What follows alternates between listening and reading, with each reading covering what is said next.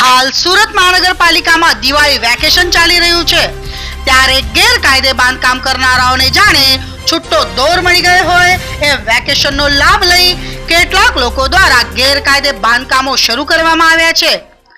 લિંબાયત મયુર hall પાસે આવેલ Indira Gandhi memorial school તેનું જીવંત ઉદાહરણ છે. લિંબાયત ઝોન દ્વારા 3 થી 4 વખત આ સ્કૂલના ગેરકાયદે બાંધકામ પર હથોડા ઝીંકવામાં આવ્યા છે. છતાં હવે દિવાળી વેકેશનનો લાભ લઈ સ્કૂલના સંચાલકો દ્વારા ફરીથી ગેરકાયદે બાંધકામ શરૂ કરવામાં આવ્યું હોવાનું જોવા મળી રહ્યું છે. જે રીતે આ ગેરકાયદે બાંધકામ થઈ રહ્યું છે તેમાં ક્યાંક લિંબાયત ઝોનના અધિકારીઓની ભૂમિકા તો નથી ને, તે સવાલ પણ ચર્ચાનો વિષય બન્યો છે.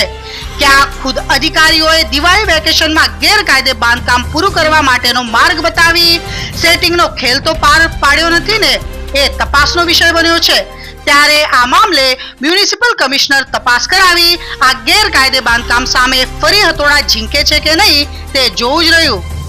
અપડેટ ન્યૂઝ માટે જોતા રહો અભય ટાઈમ્સ. સબસ્ક્રાઇબ કરો અને બેલ આઇકોન જરૂરથી વગાડો.